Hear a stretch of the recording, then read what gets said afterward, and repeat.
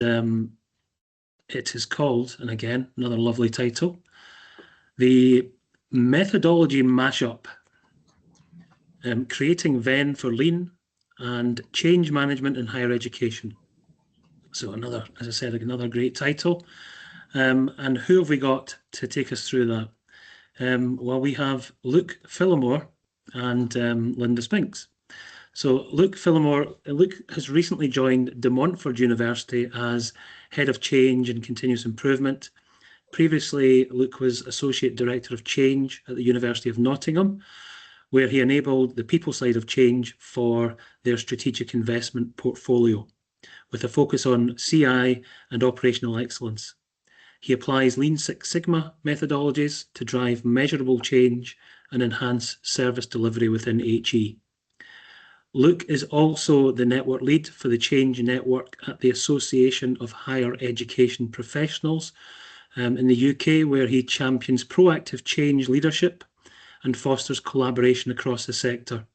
He regularly delivers presentations at national conferences on topics including rapid improvements events and the role of professional services in institutional change. His work emphasises the human dimension of transformation, advocating for approaches that empower individuals and build capacity for sustainable improvement.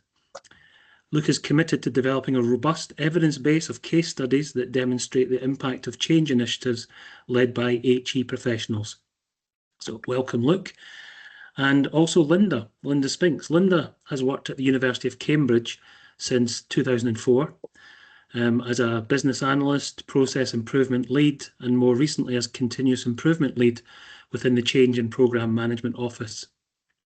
She is a Lean Six Sigma Black Belt and Lean Competency LCS accredited trainer and has been delivering training in process improvement to staff across the Collegiate University since 2017.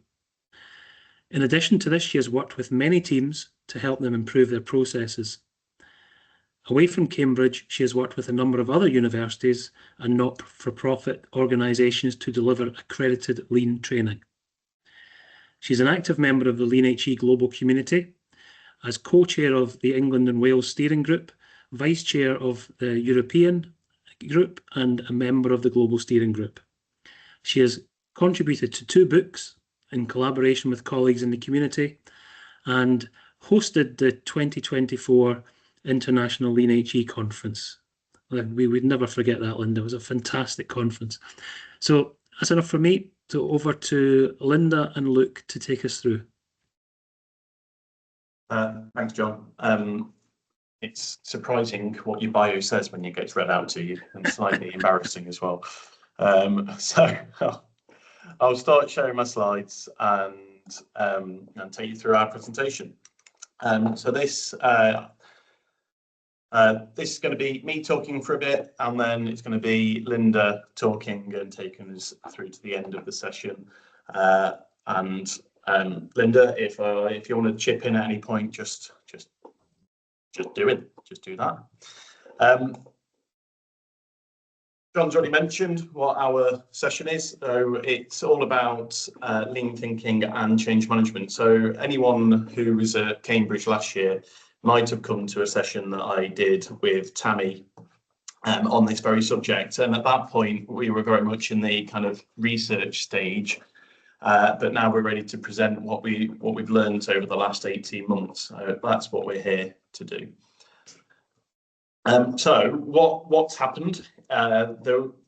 Initially, I sent out an email to the Lean HE network within the UK saying, hi, I've just got a job as the Associate Director of Change at Nottingham University, and I'd really value anyone's insights into how they've made change management and lean work together. And the result of that was I got bombarded with emails. No one actually had the answer, which was pretty disappointing. But lots of people had an interest in it. So off the back of that, we formed I facilitated a session, and then off the back of that, we formed a small working group And it was me, Linda, and then the other colleagues on screen that you can see. They all told me they were coming, but I can't see them on the list. But they've been absolutely fab, and we've been working together for about 18 months. We chatted maybe every 6 weeks or so, and that's what's created the paper that me and Linda are talking to today. I don't know why it's me and Linda today, and not the others, but it is. So there you go. I think Gretel's here. Look, she's messaged, and I think Lucy's here as well. Oh, lovely. So everyone's been integral. So me and Linda are just facing it today, but it's been very much a joint effort.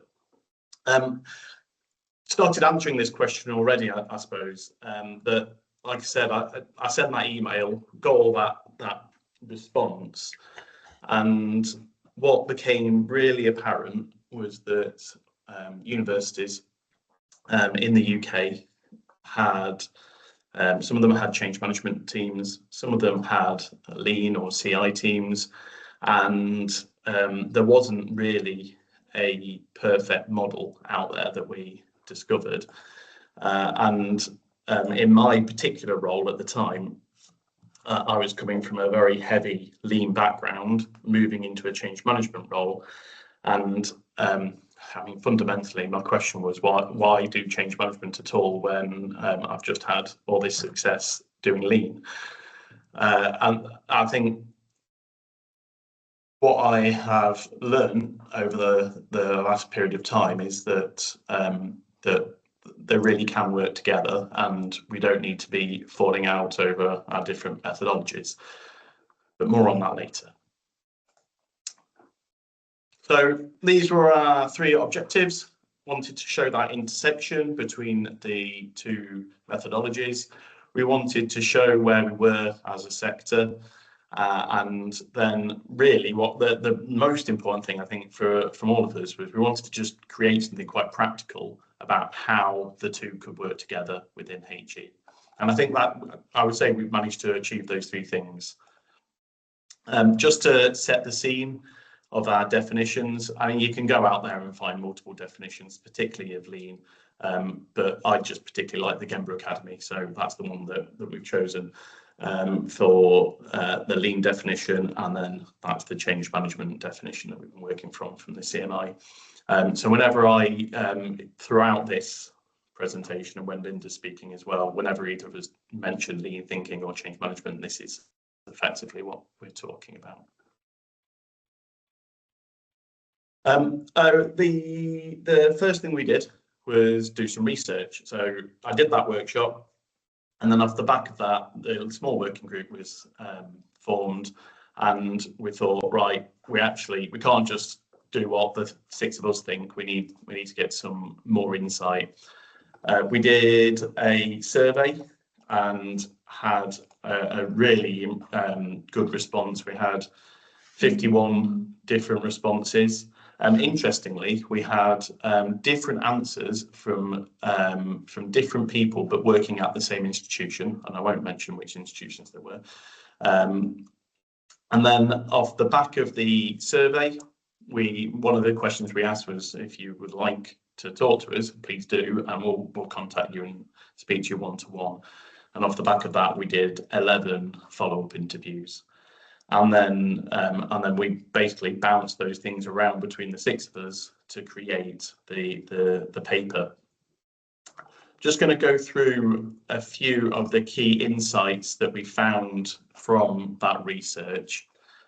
The first thing is, although universities are all typically here to do the same thing, they all have their own individual cultures and organisational setup.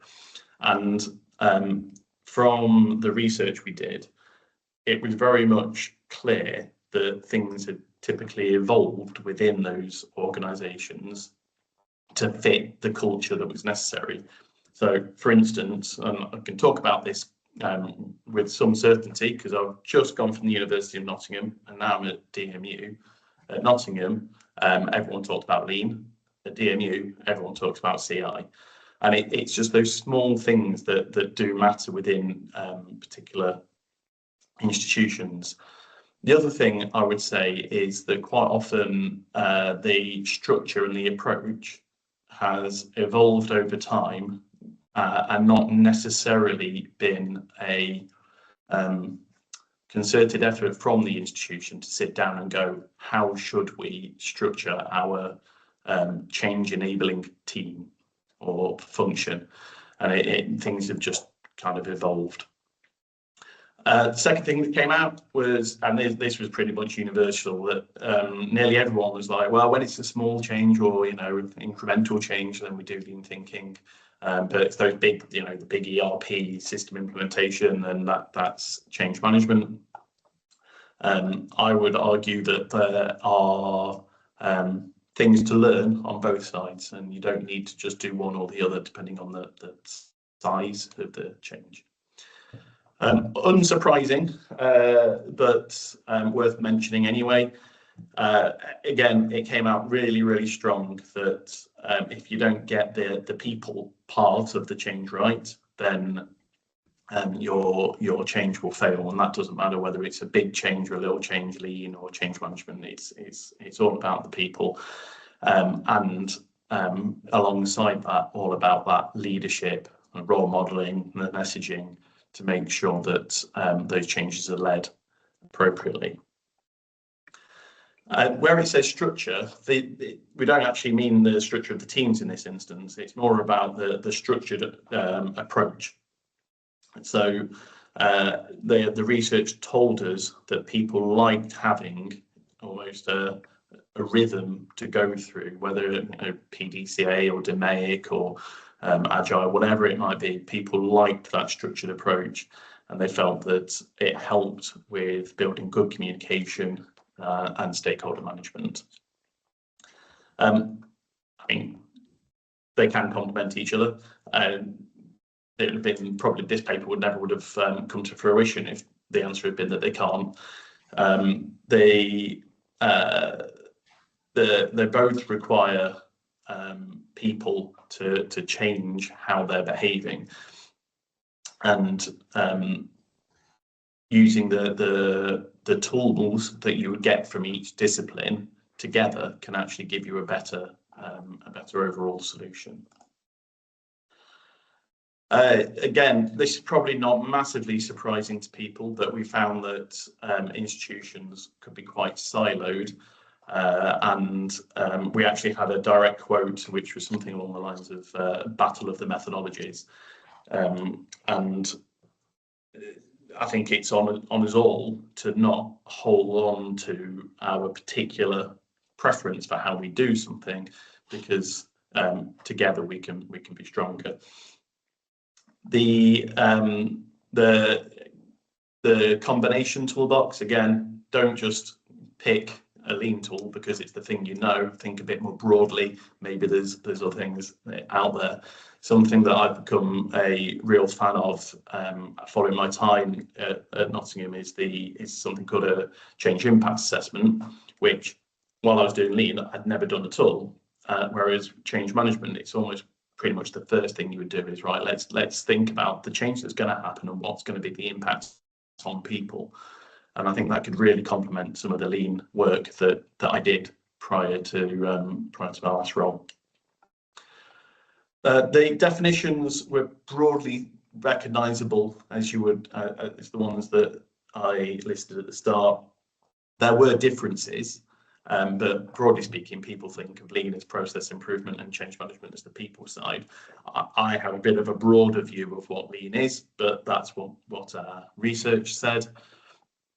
There were examples of them being combined and it being successful, but not a lot. So they're typically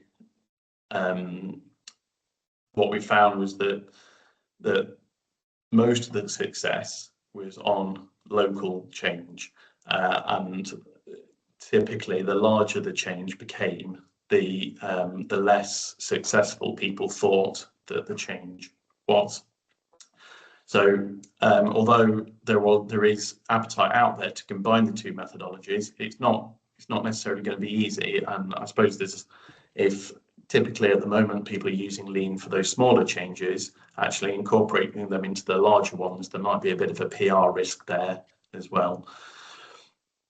And then the last thing that came out was that there wasn't any ideal structure out there.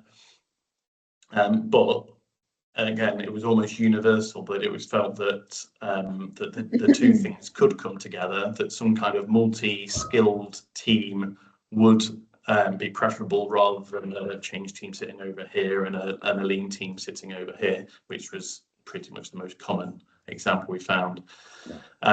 And although we focused our efforts in this particular paper on change management and lean, obviously there's other things out there as well. So, you know, where does project management fit into this? I've just come out of a role where I was also supporting a portfolio management office. So how would that kind of overall reporting structure fit? Where would a BA sit in this type of team? But typically it was felt that our central team that is purposely designed for the organization that you're sitting in is better than having these multiple different teams all trying to do change in their way. A couple of reflections. They're not mutually exclusive, so both methods clearly rely on people. And you know, the two sides to lean thinking is that obviously you have the continuous improvement, but on the other side you have respect for people, and that is also central to change management. As I've said, very diverse application in the sector, and what I would like to see is probably a bit of a step back and start thinking about what the right structure is rather than what have we got at the moment. And both of them really do promote involving people, but involving people to do that continuous improvement. And so why wouldn't you bring them together in some way? So that was our research. Following on from that, we also just started mapping out what we'd seen in the different organisations that we'd spoken to. Broadly speaking, we found three standard models. The first one was there isn't a structure really. It's just that people within the organisation are expected to try and do change. So no central team, no real methodology to it, no support. Just right, we've got to do some stuff, so everyone get on and do the stuff. Now, for each of these, we did a SWOT analysis, so I'll briefly touch on some of the strengths, weaknesses, opportunities, and threats of each one. Now, for this one, we struggled really to come up with many strengths, which is interesting. But typically, if you have local ownership of things, then you will, if it's done well, you will have local ownership and accountability for it. On the flip side, then there isn't really any kind of ability to influence upwards and to get that kind of broader brush ownership over change at an institutional level. It works okay if you're not expecting to do institutional change, although I don't know anywhere that's doing that at the moment. Everywhere just seems to be wanting to do these big changes. So yeah, I'm not convinced of that one. On the opportunities side, if you have people out there who are doing this already, then you potentially, if you did want to start formalizing things, you have some ready-made change champions there. But again, the threats, I would say that there's a real threat around capacity and capability to deliver change.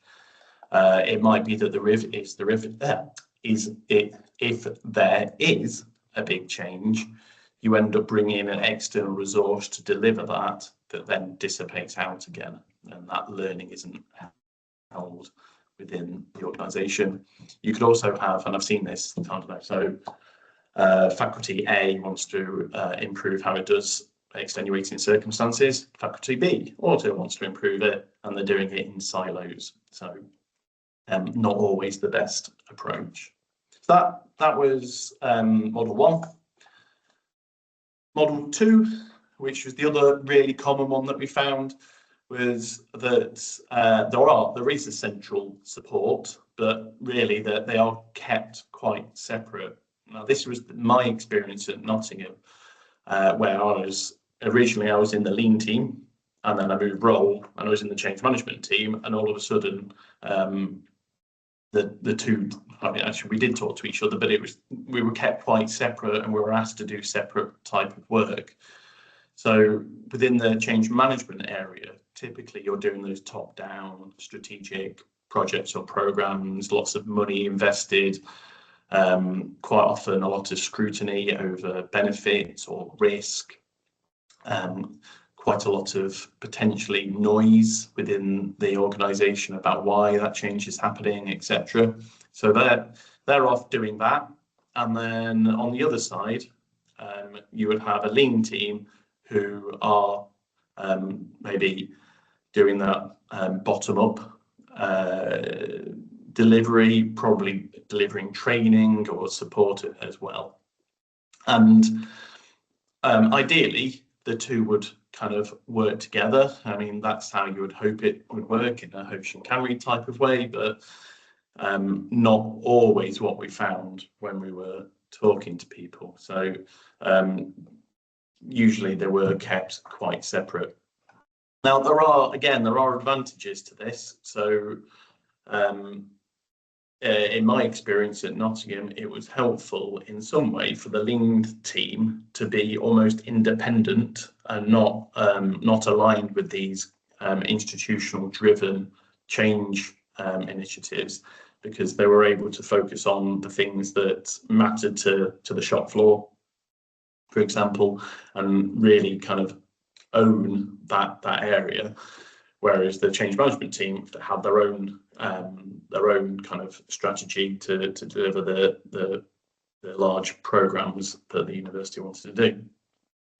However, I think this is sometimes where you start getting the battle of methodologies, and battles may be too strong a word, but something that we certainly experienced at the University of Nottingham was just different language being used, but effectively to mean the same thing.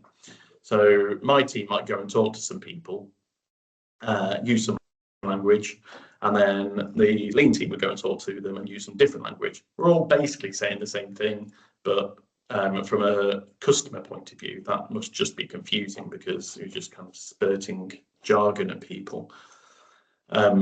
The other challenge with it was that people didn't know where to go to get the help that they wanted, and sometimes my team would go in to help somewhere and then find out that they'd also asked the lean team and they'd been there or were due to go in.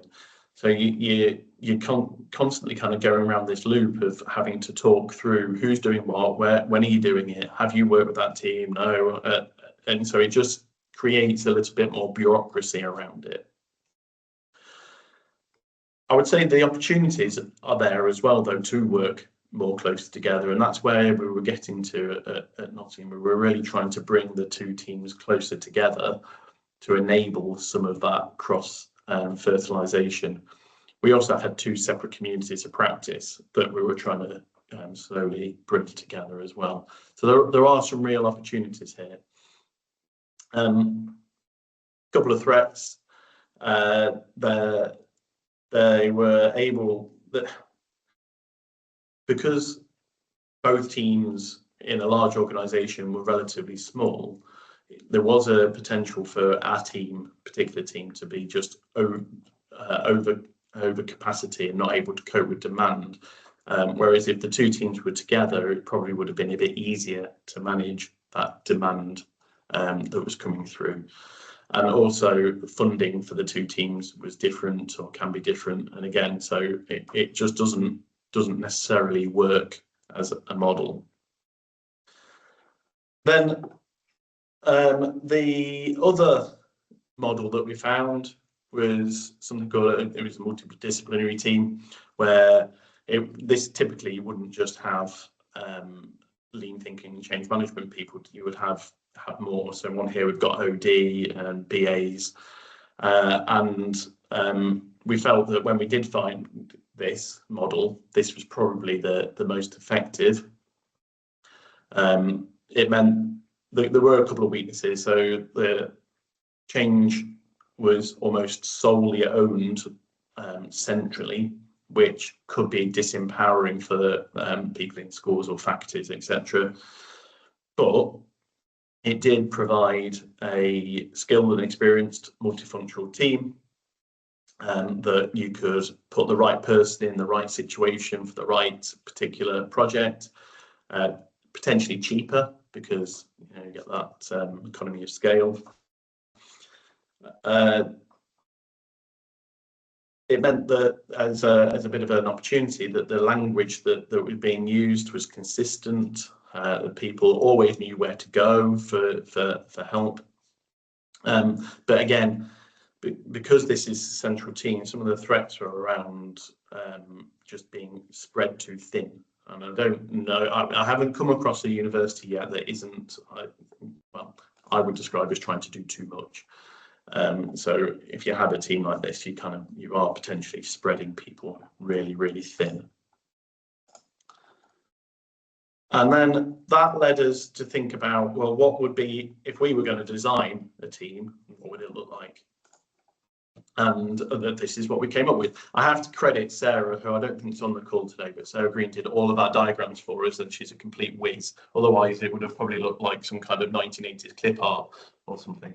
But Sarah, Sarah's great. And the model, and Sarah works at Warwick, and I think this is where she's trying to get her team to at the moment as well. So the research that we've done is actually having a direct impact on the work that Sarah's doing.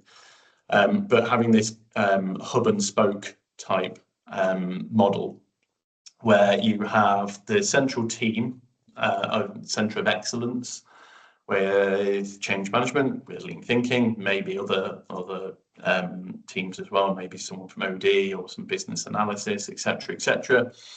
But that they have tendrils out into the different schools and departments for them to own change in their own areas.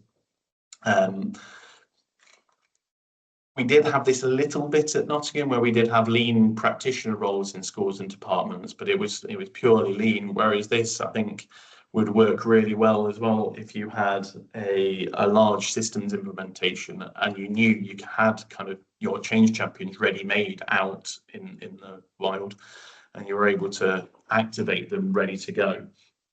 So like I said, we never found this anywhere, but all of the things that we learned kind of led us to this point of going, actually, that we think this, if you were going to draw a model from scratch and not really think about what you've already got, we thought this was probably the ideal model. And then following that, we started thinking about, well, what are the principles of how you do change, or how change should be done in HE within this model. And that is where I'm going to shut up and pass over to Linda. Thanks, Luke. Yeah, so the research was great, and we had a lot of information, a massive Miro board, as you can imagine, and we started to theme that and come up with the principles. So how did we develop our principles? Luke, you're driving, so I'll ask you to move the slide on. So it's based on our research and reflections, and those principles, when applied to the models that we've already looked at, really make those effective and useful.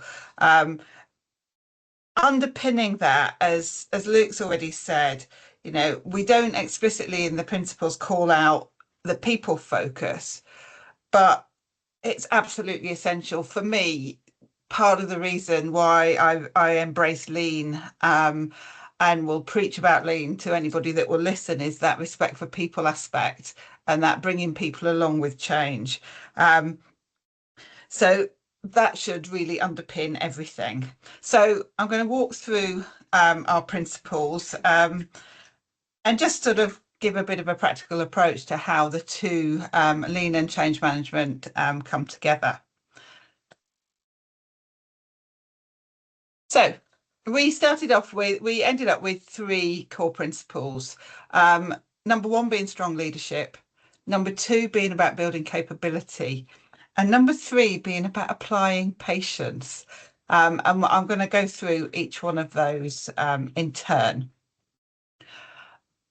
But one of the things that links them together, and again, thanks to Sarah for the amazing graphics,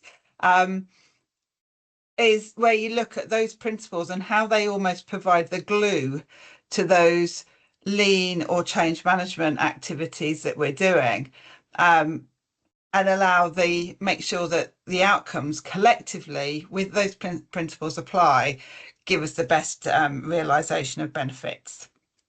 So looking at principle one and strong leadership. Wait for the slide to move. Okay, so as we all are probably aware, we all know change requires effective people leadership, so strong leadership. It requires, and if we're thinking in lean terms and thinking about improvement kata, thinking about Hoshin Camry, it's about that clear vision and link to strategy.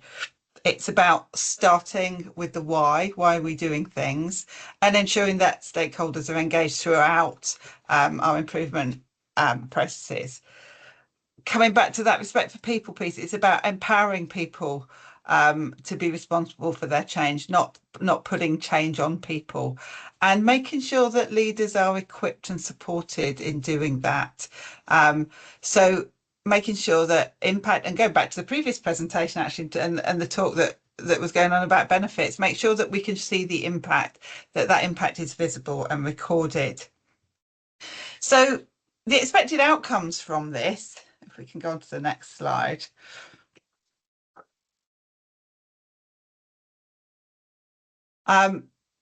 From that strong leadership gives us adaptability. So when we're combining strong leadership with lean thinking, a culture of adaptability is fostered. That encouragement of experimentation and the embracing of failure as a learning opportunity, so supporting that concept of continuous improvement across the organisation. Secondly, it gives us strategic intent. Again, strong leadership in relation to change management, establish a clear strategic direction. That gives us clarity and helps us to navigate any uncertainty. It ensures the right initiatives are prioritised and that we optimise the use of our resources to get the maximum impact. So that was our thinking around principle one. So leadership is absolutely critical. And I think we've all probably had experiences where if that strong leadership isn't in place, it's very difficult to get our continuous improvement, our change initiatives to fly, because there isn't that drive from above. Then moving on to principle two and about building capability. So I think it's critical, and certainly with my team at Cambridge, it's core to what we do is making sure that we're spreading. As a small team, we can't possibly do all the continuous improvement across the university. We need to make sure that the capability is spread as far as possible and that people at the coalface have got the skills to help themselves. So what are the core elements of this principle two around building capability? To offer a range of learning experiences. So around both change management, about lean thinking, about other complementary things. I think one of the core skills that is often underrated is around facilitation. You know, it's great as CI practitioners, we're expected to go along and, you know, facilitate workshops, But if we've not been given some of those basic skills about how do you facilitate a room full of people to get the outcome that you deserve or that you need. It's about upskilling university leadership, and not necessarily in the core tools, but in to give them the skills to support their teams to use the core tools. Some of you may remember myself and my team did a presentation at the Melbourne conference about Lean for Leaders and how we were going to develop Lean for Leaders. Well, we're actually about to sort of go live with our live version of that course. So watch this space. We'll launch that in the future. It's about building a searchable knowledge base so that people, even if they've been on training, they might be a bit rusty. Can they find the answers to those quick questions they need? It's about making sure that we're able to understand where the high impact process improvement is so that we can cherry pick and get that impact and start to tell the story so that those people who perhaps are a little bit cynical can see where the positives can be, and therefore start to build confidence in bigger change. So again, as with principle 1, what would be the expected outcomes of if we were able to sort of fulfill this principle of building capability? For one, we'd have more engaged staff. So confidence in lean thinking, in lean tools, empowers staff to take ownership of improvements in the daily work that they do. When everyone is equipped to take part in small-scale improvement activities, they then will be more confident in that structured environment for shared learning, for experimentation and continuous development. That then leads to that energized change culture. Building change management capabilities along with those lean thinking capabilities will help to reduce frustration and resistance to change. It therefore will promote a shared understanding of techniques and the practical application of those techniques so that there'll be a more energized, collaborative and forward-looking culture across the institution. So that's 2.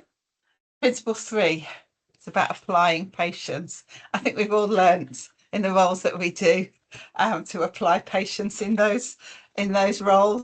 I certainly have in the 20+ years I've been at my institution. So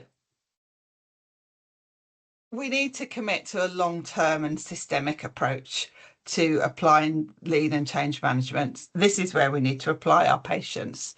So it's about committing time and resources. It's about focusing on ensuring that the business is ready for change and that co-creation is enabled. It's giving time to evaluate approaches so that everyone's comfortable and that we're happy and that those approaches are landing.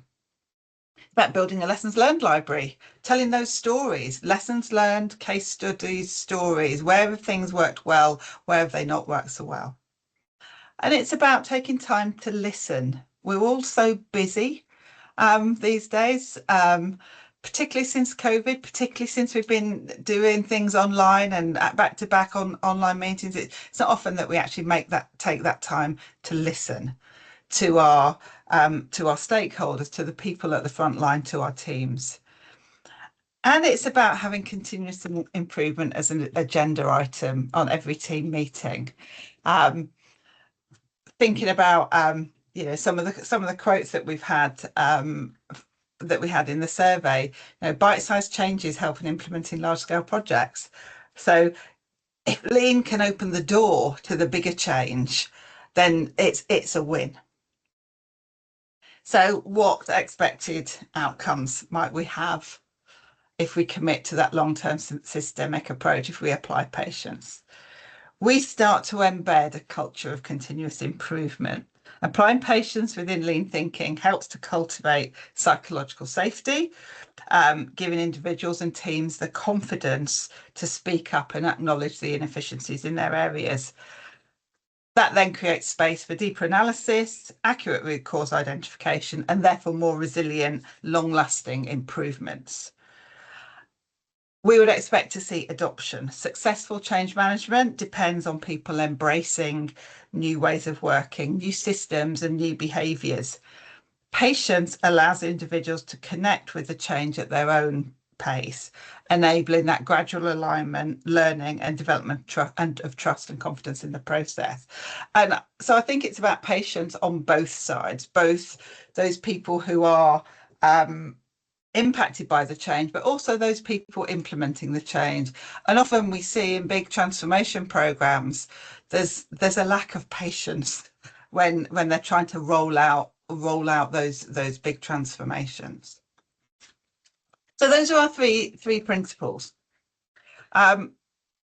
We thought we'd also, to sort of sum up, give some top tips for combining lean and change management, as I say, based on the research that we did, the experience that we had in the group. We had a good range of experience. Tip 1, don't forget to consider the culture. And Luke alluded to this earlier as well.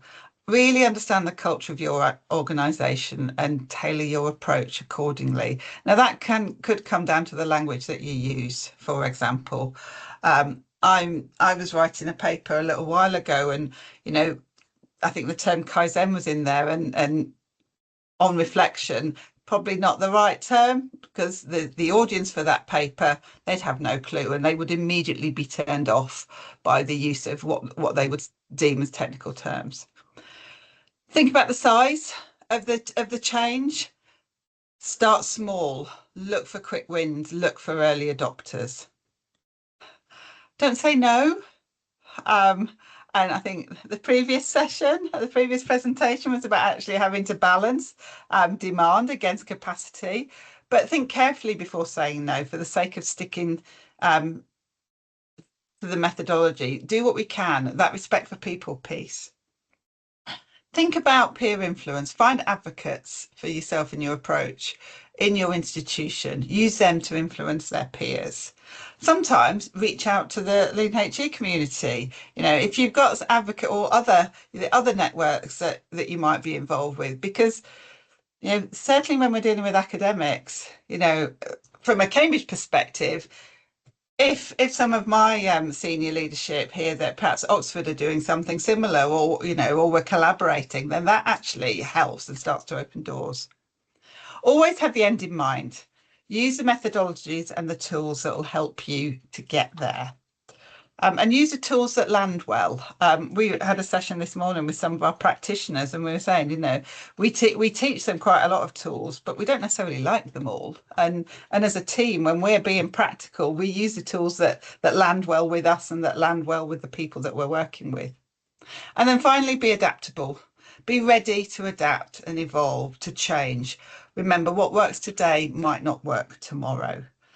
So let's practice what we preach, continuously improve the approach that we take.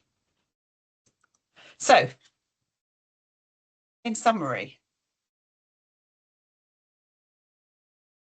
the aim that we set out when Luke first asked that question on the Lean HE England JISC mail, and then we got together and we started to work together as a group, was to provide insights to everyone.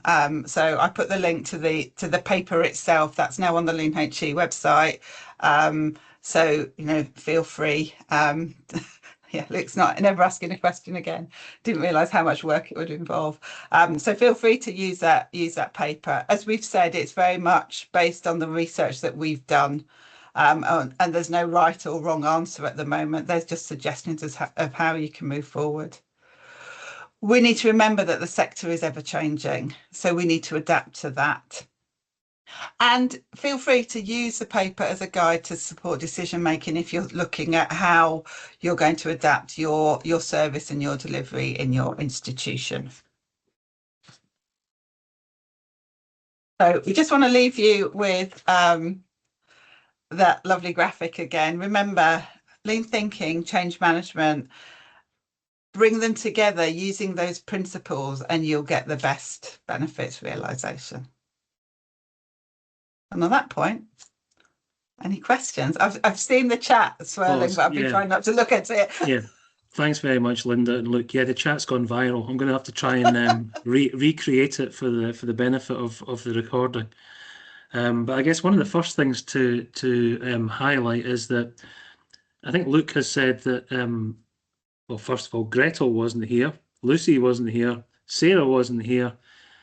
So I would just, if you feel that you would like to, please make yourselves known to the rest of us, just to prove that you are here, because I'm going to involve you in some of the questions and answers as well, because Lucy and Gretel have been working their way through some of the questions. Gretel, lovely to see you. Oh, yeah, nice to see you, John. I was waving at the start, but I could see myself. But obviously, because there's so many faces, but I didn't want my face gorming out while Linda and Luke were presenting. But yes, I'm here, and lovely to see people that I've known for a few years, and lovely to see people that I don't know. I was doing my best to field some of the questions. Indeed, yeah. Well, I'll get through them as much as I can. Sarah, hi there. Hi there, you're right. Yeah, good to be here and to listen to this activity come to life. And it's nice to see people interacting and asking questions. So yeah, really pleased to be part of the session. Excellent. And Lucy, is Lucy still with us? Am I right in thinking this is Yes, I'm still here. I've been trying to field some of the questions as well. It's really excellent to see it all after 18 months of working on it become something that we can share with you guys. Excellent. I was just actually going to say, I mean, Luke, kind of flippantly, partly seriously, so I'm never asking a question again at the end. I think one thing to point out to the kind of wider group is no one asked Luke to do this. You know, this is very much self-driven, and he asked the wider community for help and for, you know, support, ideas. So I think that there's there's lots of great messages coming through here, but the other one for me is, you know, if you think there's a gap in what we do, don't wait for someone else to do it for you. Reach out to the wider community and start the process. You know, very much along the lines of don't ask permission, seek forgiveness, or words to that effect. But anyway, enough of that. Thank you very much again for the presentation, but also all the work that's gone into underpinning this. So I'm going to go through the questions as best I can. Where are we? Okay, so, and I know you've answered some of these, but I'm going to go, I think, to Bill first of all. So as a work psychologist, he applauds your blending of change management and lean. There are many models or approaches in the field of organisational development and change. Is there a model or approach that you like, or more importantly, you think could work best with lean? So I think you've probably answered that towards the end of the presentation. But in, I guess, 20, 30 seconds, do you want to come back on that just for the audience? I think that it doesn't matter as long as you're putting people first. So if the methodology is aligned to the principle of considering the people who are going to have to go through that change, then after that, I'm really ambivalent about it. And so at Nottingham, there was I didn't really get into this in the presentation, but there was a lean team, there was a change management team, there was another change management team in another department, there was a service design team, and there was an OD team. And it drove me mad because we were all trying to do the same thing. Effectively, we were trying to do the right thing for the organisation and the people in the right way. Yeah, so I don't think it matters. I think what matters more is make a conscious decision about how you're going to structure your change functions, rather than having a lack of institutional strategy around it. Okay, thank you very much. Question from Ricardo, which has been answered on the chat, but I'm going to throw it out again. So you put up a number of kind of diagrams of where the change in lean functions sit and the different roles within that. So Ricardo's asking if you could clarify how a business analyst, professional business analyst role fits in to those various Venn diagrams. Sarah. I mean, well, Sarah's got a hand up. I'll let Sarah answer it. I mean, I think you know, much to what Luke just said. There's lots of different organisational roles that really support and guide the work that you might do within a lean initiative or a change initiative, or that combination of both those things together. And I think the BA role is, you know, in Warwick we sit alongside. We're a peer. So my change team has a peer network that's exactly the same replicated in the BA team. So I'm constantly working alongside them from a change management perspective, and we have a very fluid kind of relationship where sometimes they'll pick up a bit more change, sometimes my change managers pick up a bit more BA work, and we have that kind of fluid interaction. And I would see a BA as having that kind of really they get their fingers in a lot of pies, don't they, BAs, in terms of, you know, lean approaches, process improvement, and the bigger kind of change projects as well. So there's a lot of integral roles that can't be kind of, I guess, separated out. So I would see them as a big part of it, and different universities had different structures of how they would sit alongside each other. Linda, I'll let you pick up.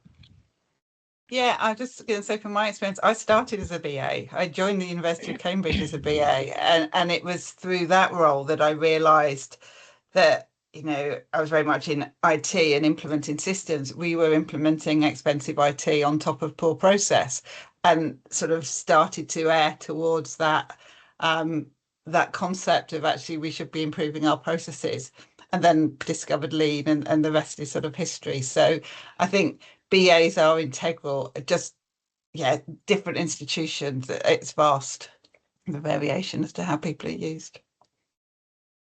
Well, we definitely have a few BAs on the call, so they're in violent agreement with a lot of what you're saying, which is good. Next one I'm going to pick up on, which has again been answered on the chat, and I'm guessing that this will vary depending on the organisation, but the question was, are the CI and the change management units funded separately by universities, you know, different budget headings? So I guess that's the gist of the question. Difficult to answer generically, I would guess. I would agree. I think it varies. I think probably each one of us who work for an institution in the group would probably have different funding models. So it's how long's a piece of string, really? My team currently sit within the team that the change specialists and change partners work in, so we are under the same, but we're on program like 3-year, 5-year funding. So arguably, it should be business as usual funding, but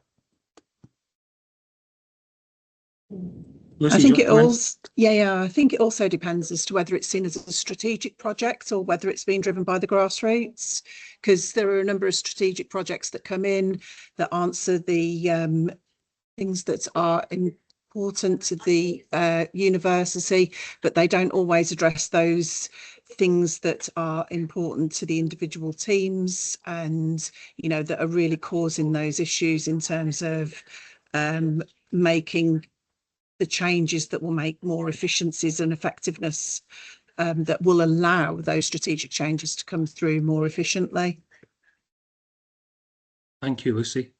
There's quite a number of observations, comments on the chat, which I might not read out all of them, but I had a question. There was quite a lot of reference to leadership, and the strong leadership was one of the first principles, and then upskilling of leadership, I guess. So maybe a former question here.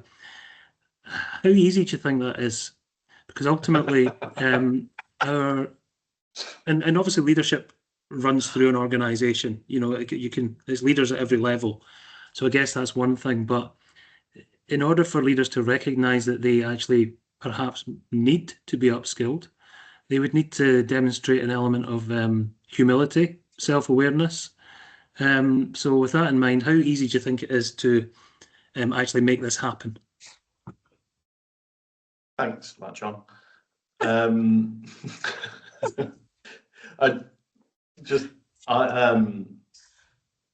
I think your first point with leaders are at all levels, and when we were talking about leadership in the paper, we very much didn't want to just focus on senior leadership. It was actually anyone can be a leader of change, and I think that the reason I'm saying that is because I think the challenge in developing that skill set within leaders will vary dependent on where they happen to sit within the organisation. Senior leadership, I don't have the answer. Sarah and Gretel have got the hands up though, so they will.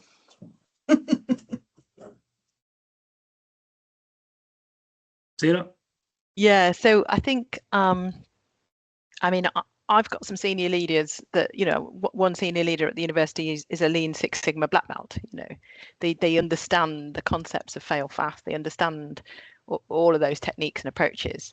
We've got others at levels below them that have got no concept of what lean actually is or what it means. And what we don't have is that consistency of understanding within the leadership to allow people to kind of really get to the bottom of what needs to be done. But I think fundamentally what I'm seeing a lot of is that we get change initiatives that focus very much on managing the change, but that might be a lift and shift. So they might do digital transformation or digital changes that are a lift and shift, where they're not going into how can we actually make those processes better? How can we actually improve that as part of what we're trying to deliver as a whole product? So, you know, time gets squeezed, we lose the ability to get that process improvement as part of a bigger change. And I think if there's an education at a leadership level that they can combine, they can be two of the same thing. You're not going to lift and shift something that still needs process improvement. And Gretel? Mine's a bit more sort of not generic, but as you've got different types of leaders going through an organisation, I think would you consider different types of upskilling. So as at middle, not middle leadership, but the ones, the sandwiches in the middle, it's as important perhaps to understand some of the methodologies, and it wouldn't necessarily be lean thinking. It could be continuous improvement. It could be BA, learning to manage and help lead in those. And maybe at more senior level, it's about overall principles like measures to benefits to know that things are working and learning. So I would be boiling it down to various essences of leadership, maybe from what we've drawn together, but what good leadership is, keeping people focused on overall purpose and how do we know we're getting there. Excellent. Listen, thank you very much. It's great to see you all again. Fantastic presentation. Oh, sorry, I was just about to close off, but have we got? Yes, we've got another question. The last question. Apologies. Does anyone have any recommendations for trying to get senior leadership to engage with lean for the first time? Maybe I need to develop a lean elevator pitch and ask for some funding to upskill staff. We've got 5 wise heads, I'm not including myself in this. Any thoughts? Lean game. Would you like to expand, Gretel? Well, I mean, I'm now dredging, aren't I? Because I've been around, but we used something called the lean game, where you take, and it could be, we did it with leaders, where you're manufacturing ships, and you're taking people through different iterations of continuous improvement and getting the most efficient and the most perfect ships. So it brings data to alive, it brings people working together alive, it brings what matters to the customer alive, and workflow, something like that, and some kind of reflection at the end may well engage leaders. And there's all sorts of games that you could use, but we did something on ships using stickle bricks. Excellent, thanks, Gretel. And we've also got Ray with his hand up. Ray, great to see you all the way from Canada, where it must be, what, 10:30 or something like that in the morning? 8:30 actually right now. 8:30. Wow. Yeah. Okay. So the sun's just starting to rise. It's a beautiful morning. It's about -2, so fantastic. Excellent. Fantastic Nice to day see for a you. bike ride to work. You bet. So to answer the question, a number of years ago, I met with our provost to get them even to buy into this specific initiative, which was, I'm going to say, lean continuous improvement in nature. And he told me that they always like to see data-driven decisions. And he actually used the term public humiliation. So for this specific project, is quite specific. He wanted to know, how did we compare as a university to our peer group? Where did we rank? Were we top of the pack? Were we middle of the pack? Where were we? So when I gathered the benchmarking, we were almost dead last. We were second from the bottom. And when I brought forward that report and he shared it with colleagues, guess what? Everybody was excited to move us up that ladder. So that was the tactic that worked for me. And again, using the ADCAR model, we tried different approaches. And I don't know if this is going to work with an executive, but they need to understand the WIFM, what is in it for me as a personal benefit. We tried everything. We had different change approaches for the magnitude of this project. We tried, first of all, the funding or cost savings. That went over. That was a huge mistake, as a matter of fact, back at that time, because the academia saw it as a way for the admin to claw back funding from the academic side. So we quickly changed. We huddled. We changed strategies. And we tied into sustainability, a reduction in greenhouse gases, reduction in landfill waste, and things of that nature, reduction in paper consumption. That got the project rolling, but really, we had to resort to the public humiliation, and I had to do it down to the academic units. I did all the data for each of the respective faculties. The provost called me in Dean's Council, and boy, I tell you, that meeting, I was ready to call campus security to escort me back so I wouldn't have been taken out. And then the last resort we worked that, as I mentioned, that worked with the senior executive was specifically what is in it for me and making it a personal. What is the personal benefit that they will see from that? So, thank you very much indeed for sharing that, Ray. I'm welcome. going to Luke kicked us off for this session. I'm going to leave the final word to Luke. I think my biggest success in highlighting the importance of the work that we do with senior leaderships is when you find an advocate, and it's sort of alluding to what Sarah was talking about, but finding, and preferably an academic, it doesn't have to be, who operates at that level and who can advocate for you, and getting them bought in to what you're trying to do. That is my go-to method every time. Excellent. Thank you. Listen, I think the level of engagement in this session, including in the chat, just demonstrates that you've landed on a sweet spot of you've piqued a lot of interest and questions and chat. So fantastic. And listen, thanks very much again for your time, for sharing the work that you've done. It's excellent. Really appreciate it. So with that, we are now moving into a 15-minute break. So go off, do some cartwheels, get a cup of tea, from fresh air. But we'll see you back here in 15 minutes for the next session. So where are we just now? We're actually on time. That's very unusual for me. 3:30 p.m. in the UK, and we'll reconvene in 15 minutes.